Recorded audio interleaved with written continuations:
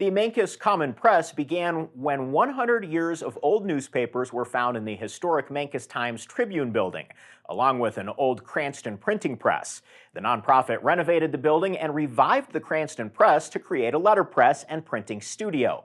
Now the organization is expanding its programming and providing much-needed housing for the Mancos community. You're watching the Local News Network, brought to you by Kazee Motors and the Lore Foundation. I'm Connor Shreve. You know, letterpress is a huge thing right now throughout the world. The people getting into letterpress printmaking again. So we got busy, formed a nonprofit, spent several years trying to get a grant from the History Colorado Historical Society to restore the building. Finally, we're successful, restored this building in partnership with UPenn. And here we are, and started growing our programs. And then we had the opportunity to purchase the adjacent lot that was owned by the Ballantyne family that publishes the Durango Herald and the Cortez Journal. And they agreed to sell us that lot. They also donated this building and all of its contents to us because they were so supportive of our vision and the project. The new Mancos Commons building will open at the beginning of May. The 3,700 square foot space will provide a large, light-filled studio to expand the press. New printing presses, a darkroom, and lots of table space will allow for more classes and more artists to use the Mancos Common Press space. Upstairs, 3 one-bedroom apartments will provide affordable housing for people who currently live in Mancos. There's just so much great potential for this community just continuing to grow and evolve I think in a really sustainable way through arts and culture. To fund the new Mancos Commons building, Graham and the Mancos Common Press raised $2.5 million over the past few years. Funders included Colorado Housing and Finance Authority, Colorado Creative Industries, Colorado Division of Housing, and El Pomar.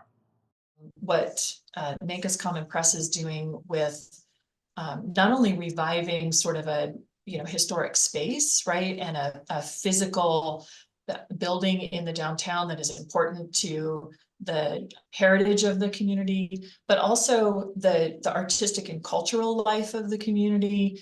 And, this idea of creating housing space where folks can afford to live and to be in the vibrant downtown. So, again, an example of an organization that is sort of bringing those different elements together: economic development, community life, and spaces to live. Got a good rounded vision, I think, that, again, we're pleased to support in the Southwest.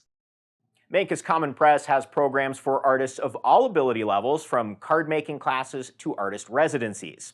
You can also become a member of the Press Club and use the studio space regularly after taking a Letterpress 101 course. So some of the goals for the Mancos Common Press are to really become even more of a center for the printmakers' arts for the whole region and even nationally. And to really be a place where the community feels welcome and at home, even if they're not a printmaker. They can come and get involved. If you're interested in getting involved in the Mancos Common Press, you can find out more about classes and programming at mancoscommonpress.com. They are also still trying to raise a bit more money for the Mancos Commons project, so if you would like to support art and local housing in Montezuma County, you can donate now on their website. There will also be a grand opening celebration sometime in late spring for the Mancos Commons. Learn more about this story and others at montezumalocal.news. Thanks for watching this edition of the Local News Network. I'm Connor Shreve.